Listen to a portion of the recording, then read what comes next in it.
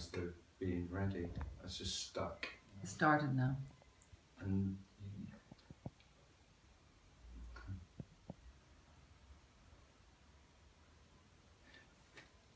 because I think the nature of being a person is that you're always waiting to be ready. There's a sense of it'll be okay when I'm ready, when I'm done, when this is okay and I'm okay, then I'll be ready. But I'm not ready yet. There's still work to do. There's still work on myself. There's still work on my life. There's still stuff to do. Yeah. I'm still waiting to get to where I need to be, where I want to be. I'm not quite ready. I'm nearly ready. I'm getting there because I'm moving in the right direction. Or if I'm in a shit place, I better change direction. And so you change direction. But it's all about not being ready.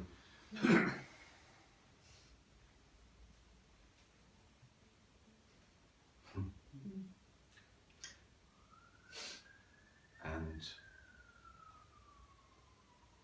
the good news is you can't ever be ready. It doesn't sound like good news, but that is the good news. The really incredible news is you couldn't ever be ready. You won't ever be ready. You can't get ready.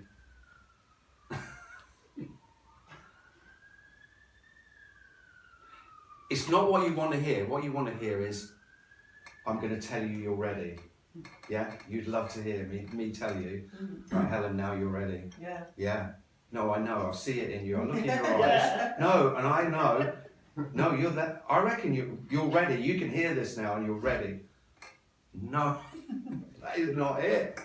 You can't be ready. There isn't anyone to be ready. Can you feel ready though? No. No. It might be a delusion. No, if you felt you were ready, that would definitely be you feeling you'll be ready. And that would be more of the bollocks that you've been in for the rest of the sorry story of your life. Thanks. It is. I didn't mean, no, that's not personal at all. I'm talking for all of us in that. For everyone's sorry life. Everyone's got a sorry life. If you really talk to anyone. There's a lot of people who will delude as many other people as they possibly can and say, look, on outward appearance, look how successful my life is. And I've got a really happy life, but it's not true. I guess I was just thinking about that feeling of waiting, which isn't hooked to an I'm not ready. It's hooked to an I'm ready, but you know what the That's just, Come on, bring it on. Yeah. No, there's a bit, but that's almost me being really clever and playing a game of, I'm not doing that waiting till I'm ready anymore. I'm now decided that I've given up on. But the giving up is just another doing. It's just clever me saying, now I've just, what am I doing now? I'm doing giving up. What am I doing now? I'm doing surrender to whatever will be. It's just, me loves that. Because it's more spiritual, it's not materialistic. Like most people are just driving to become and become. But look at me, I'm just surrendered and letting life just be what it is. No bullshit. Me's really good at that. Can play that game all day long. Okay. And a lot of people who, in non-duality, particularly, not non-duality per se, but spiritual non-duality.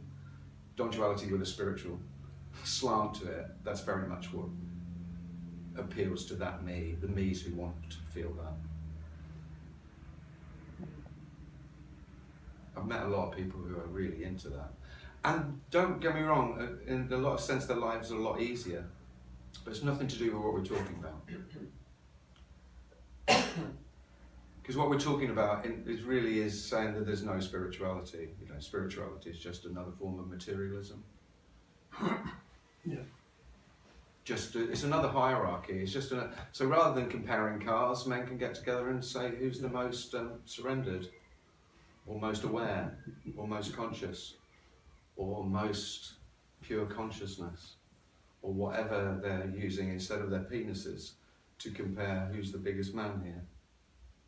Sorry, I'm talking men there, but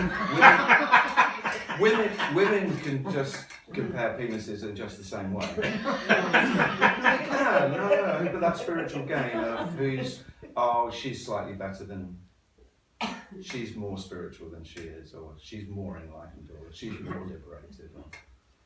I mean, you hear it all the time. When we're talking in the pub about non-duality teachers, it's mainly us comparing who is better, clearer, more there, more not ready, but gone past. Who's the most past ready? Yeah.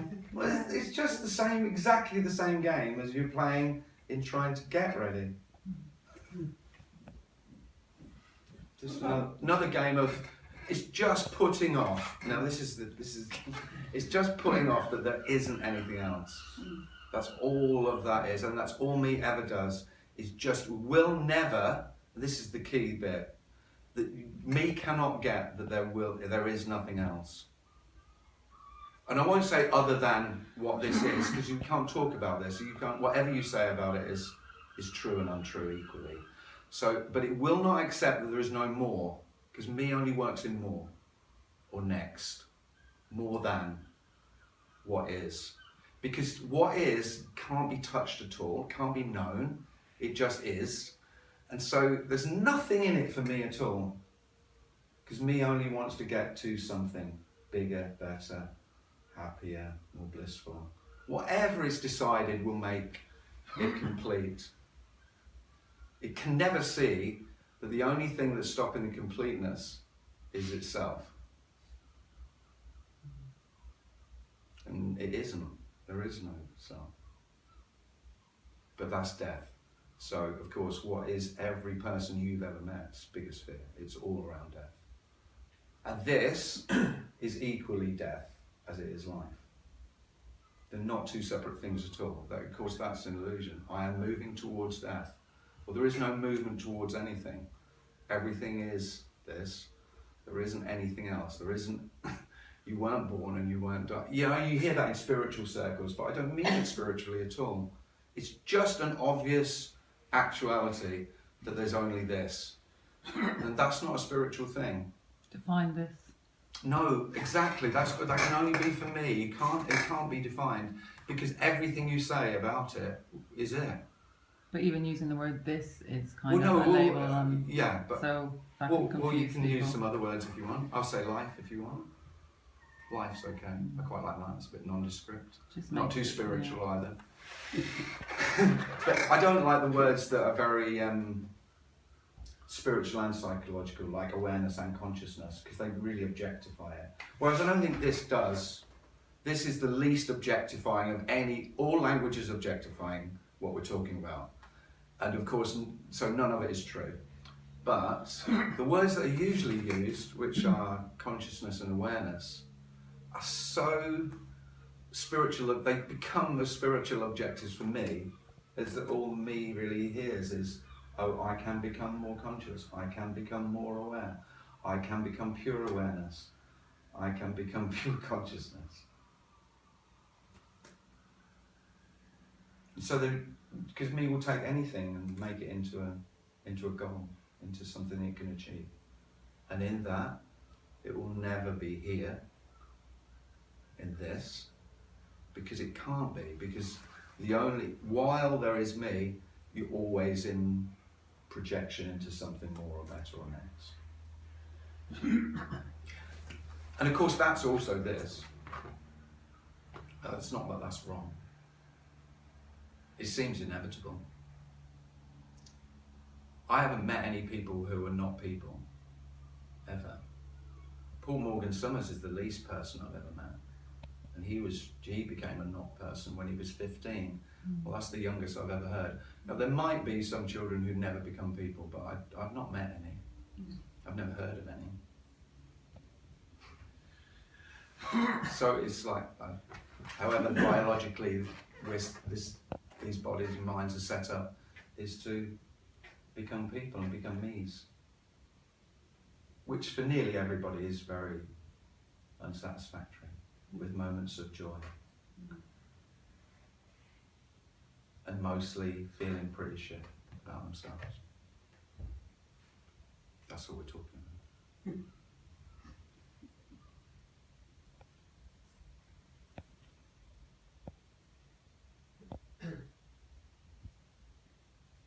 I actually thought on the drive up here what I was going to say. There wasn't any of that. I know that. Well, I talked to Tone quite a bit on it, and I was thinking, it does come up like, oh yeah, I might say it, yeah, I might say it.